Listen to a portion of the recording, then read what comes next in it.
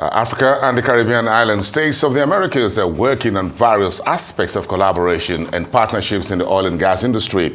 Discussions around the opportunities that both Africa and the Caribbean can harvest in the hydrocarbon sector was part of the two-day summit which was concluded yesterday in Guyana under the umbrella of the African Export-Import Bank. Let's take excerpts from that panel of industry professionals at the event. Trinidad, so just for context first of all, so Trinidad and Tobago, Guyana is one of the world's newest oil provinces, incredibly exciting. Trinidad and Tobago is one of the world's oldest oil provinces, been in the business since the beginning of the 20th century. About 500,000 barrels a day of oil equivalent production, but 85% of that is natural gas. That natural gas goes into LNG, methanol, and ammonia. So obviously the geopolitics with the Russian invasion of Ukraine obviously created a sort of a lot of interest in Trinidad and Tobago as a major exporter of natural gas being the big thing that Europe wanted to buy, not from Russia.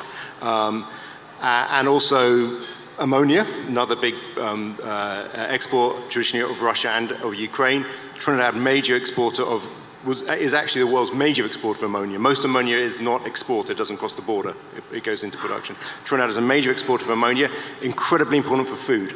Ammonia goes into fertilizers, so that's how natural gas links to food security. So obviously the changing geopolitics created this interest in Trinidad. Trinidad has, we are in a pretty unique position because we have a lot of available capacity in our downstream part of the industry. We have an LNG train which is currently offline, we have a methanol plant offline, we have an ammonia facility offline. That's all because our upstream production has been declining. So obviously the big push for Trinidad is to increase our investment into Trinidad's upstream, increase our gas production, fill up that downstream infrastructure that we have, and make available to the world secure supplies. And Trinidad has a great reputation of being a secure supplier, really good respect to contracts. We believe in multilateralism. So all the sort of things which the international community looks for, Trinidad ticks all of those boxes. So yeah, there's been a lot of interest in Trinidad because of that geopolitics. It's huge potential. Africa is 10% of global hydrocarbon reserves, of which 70% is actually gas. So Nigeria, over 170 trillion cubic feet of gas. Mozambique, with the big discoveries there, is close to 100 trillion cubic feet of gas discovered. And phenomenal discoveries all in the last 10 years. Angola, Algeria. And so based on shipping routes and the advantage of close proximity to Europe, African gas is certainly going to do well. But what is interesting is about the geolocation of the Caribbean is approximately 12 days shipping into the west coast of Africa. And oil products are typically very cost sensitive from the logistics side. So we've seen cargoes come from the US West Coast, deliver into West Africa of refined petroleum products. So I expect to see, as Guyanese crude gets more as we see increased in production, I expect to see homes for Guyanese crude and Trinidadian hydrocarbons as well on the west coast of Africa. So we're really looking forward to a bit of cross-trade between the two continents, particularly with the additional refining capacity that is being discovered or being created in West Africa, particularly in Angola and Nigeria right now.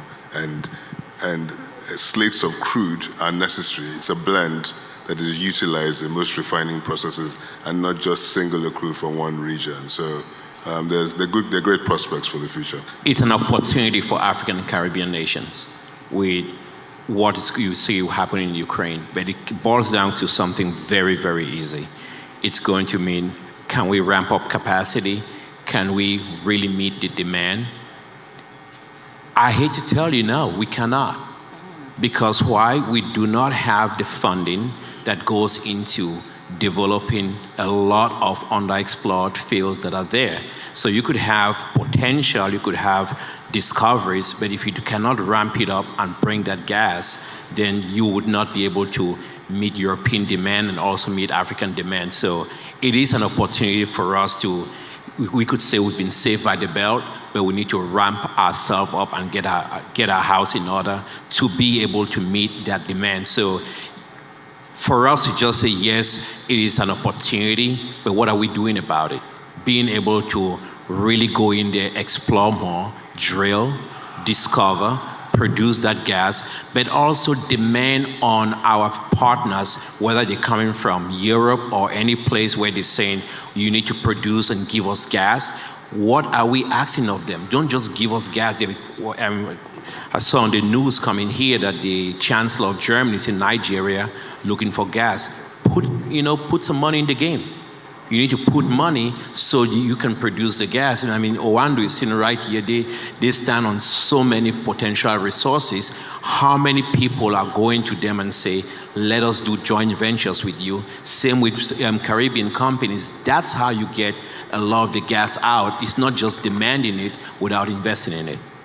Ukraine crisis creates significant opportunity for Africa.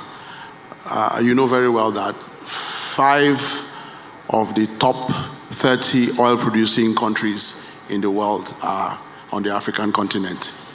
The oil and gas sector contributes something like 53% of the GDP of African countries today.